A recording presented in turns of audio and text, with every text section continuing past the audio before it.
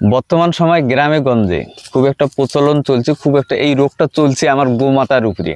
কারণ আমরা গ্রামের মানুষ, তো আমরা গরু ছাগলটা পুষি, ওই জন্য জানি। বর্তমান গরুর এক ধরনের রোগ হওয়া লাগছে, যেটা একটা প্রথমে তো চামড়াটা ফোলে, তারপরে ওটি ভিতরে গ্যাস হয়, হইতে হইতে ধীরে ধীরে ওই জায়গার মাংসটা খুলি পড়ে যায়। গরুর যে খুঁটে আছে, খুঁটে ফুলি যায়, ঠিকঠাক মতো হাঁটতে পায় না, খুব অসুবিধে হয় আর কি। তো গ্রামে গঞ্জের মধ্যে এই রোগটা বর্তমান খুব প্রচলন আছে। এবার মোট সরকারের সাথে কথা, সরকারের কাছে দাবি এটি যে স্যার, গোমাতা তো কষ্ট পাচ্ছে অসুখে, একটা ডাক্তারি ক্যাম্প ট্যাম্প বা ওই ধরনের প্রতিটি জিপিতে একটা ডাক্তারি সুব্যবস্থাটা করা হোক। নাহলে মারা কষ্ট পাচ্ছে তো, শুধু পিঠি চুলকি দিলে হবে? এইসবও দেখতে হবে তো। নাহলে এই যে আমার বাড়িতে এই যে ডাক্তার নিয়ে আসিয়ে এই কাজটা করা তোর পয়সা সাপেক্ষ। সামনের দিনে সামনে বেঁচে এত পয়সাও পাওয়া যাবে না, না তো এর পিছনে আমরা পয়সা কেন খরচ করব? প্রতিটি জিপিতে পশু চিকিৎসালয় ভালোভাবে তৈরি করা হোক, নাহলে এগুলি কে করবে? এই উত্তরটা কিন্তু আপনাকে দিতে হবে। এইটি আমার একটা প্রশ্ন। আর বর্তমান সময় যদি মুই কবার যাং আমরা মুসলিম হিসেবে, যে বর্তমান সময় একটু উগ্র মৌলবাদটা বৃদ্ধি পাইছে। এই সরকার চেঞ্জ হইতে হইতে মৌলবাদটা আপাতত অবস্থায় দেখা যাওয়া লাগছে না, তবে কিছু উগ্র হিন্দুত্ববাদী লোক, কিছু সংগঠন এমন প্রকাশ্য মানুষের সাথে এইরকম অন্যায় অত্যাচার বা ধমকি ধামকা এই সমস্ত চালবা লাগছে। তো সরকারের কাছে রিকোয়েস্ট এটাও যে একটা সুস্থ সবল সমাজ গঠনের উদ্দেশ্যে যে সমস্ত আইন কানুন করা উচিত সেইটাই করেন। নাহলে একটা অসুস্থ সমাজ নিয়ে আমরা কি করবো, কিভাবে বসবাস করবো?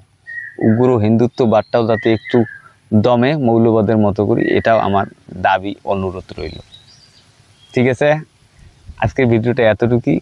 চ্যানেলটাকে সাবস্ক্রাইব করবেন। আগামী দিনে আসে আরও ভিডিও বানাবো, একটু গল্প গুজব করবো। আর মাউসাসি ঘরে না মন খারাপ, আমার সাথে আর কী কথা কর।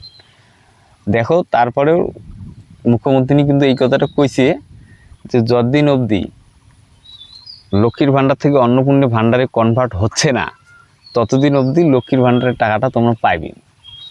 তো দেখা যাক, আগামী 1 তারিখটা আসুক, যদি পান তাহলে খবর পাইবেন, তোমার সাথে দেখা হবে, দোকানও আসবেন। আর যদি না পান তাহলে তোমরাও দুঃখিত, আমরাও দুঃখিত। আসছেন, কথা হয়েছে, 2টি পয়সা কামাই হয়েছে, এখন আর হবে না। ঠিক আছে, এই সরকার না সকালে বেঠর লাত্তি মারছি, হোকারের লাত্তি মারছি, ছোটো ছোটো ব্যবসায়ী না এই পিএইচডি সার্ভিসটি দিছে, কিছু টাকা কামাই করে সংসার চালাচ্ছে, উমার বেঠর লাত্তি মারছি। যাই পায় নাই ওটা তো বাদে দাও, ঘর বাড়ি ভাঙিয়ে লেগছে, অবৈধ নির্মাণ ভাঙিয়ে লেগছে।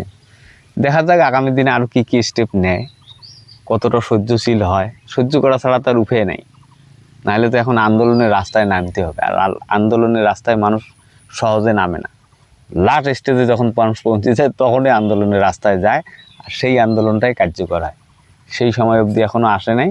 সহ্য মানুষ করবে, সহ্য করো, দেখা যাক কতদিন সহ্য করা যায়। ঠিক আছে, ধন্যবাদ, ভালো থাকবেন। আর কথাটা ওইটাই, 2029-এর ভোট অবধি অপেক্ষা।